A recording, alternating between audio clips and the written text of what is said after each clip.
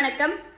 பெண் அப்படிங்கிறவங்க சமூகத்துல ஒரு மகளாய், தாயாய், மனைவியாய், சகோதரியாய், தோழியாய், என் தலைவரா கூட பல படி சக்தியா இருக்காங்க.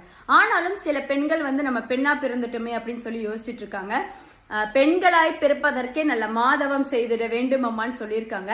ஏன்னா ஒரு பெண்ணாலதான் ஒரு உயிரை உருவாக்கி அந்த உயிர் வெளியில கொண்டு வந்து அந்த உயிர் வாழ்க்கையில சக்சஸ்ஃபுல்லா இருக்கிறதுக்கு என்னென்ன விஷயங்கள் வேணுமோ ஒரு தாயா இருந்து ஒரு பெண் தான் பண்ணிட்டு இருக்கா. ஒரு பெண்ணுக்குள்ள ஒட்டுமொத்த பிரபஞ்ச சக்தியும் இருக்கு அப்படிங்கிறது நிதர்சனமான உண்மை. அப்படிப்பட்ட பெண்களாகிய நம்ம ஒரு சில காரணங்களை யோசிச்சுட்டு நம்மளுக்கு சுதந்திரம் இல்லை அப்படின்னு நினைச்சிட்டு இருக்கோம். அப்படி கிடையாது. யாரோ சுதந்திரம் கொடுக்கறதுக்கு நம்ம யாருக்கும் அடிமை கிடையாது. நம்மளோட சுதந்திரம் நம்ம கிட்டதான் இருக்கு. நம்ம அதை தேடி எழுப்பி நம்மளோட கனவுகளுக்கு சிறகுகள் கொடுக்கணும் அப்படிங்கிறது ஒரு வேண்டுகோள். ஏன்னா ஒரு பெண்ணுக்கு சுயமரியாதையும் தன்னம்பிக்கையும் ரொம்ப முக்கியமான ஒண்ணு. இந்த ரெண்டும் வரணும்னா பினான்சியலா நம்ம ஒரு ஃப்ரீடமா இருக்கணும். இதுக்கெல்லாம் நம்ம என்ன பண்ண முடியுமோ அதெல்லாம் நம்மளோட வாழ்க்கையில பண்ணணும்.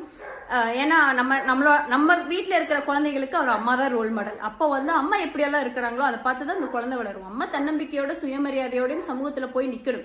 பாரதியோட வரிகளுக்கு இணங்க, நிமிர்ந்த நன்னடை, நேர்கொண்ட பார்வை, நிலத்தில் யாருக்கும் அஞ்சாத நெறிகளும் திமிர்ந்த ஞான செருக்கும் இருப்பதால் செம்மை மாதர் திரும்புவதில்லையாம். இப்படிப்பட்ட வரிகளுக்கு இணங்க ஒவ்வொரு பெண்ணும் தன்னோட மனசுக்குள்ள ஒரு புதுமை பெண்ணாதான் இருக்காங்க. ஏன்னா ஒரு பெண் தான் குடும்பத்தை பாத்துக்கிறாங்க, நல்ல சமூகத்தை உருவாக்குறாங்க, தேசத்தோட வளர்ச்சிக்கு முக்கியமான பங்கு வகிக்கிறாங்க.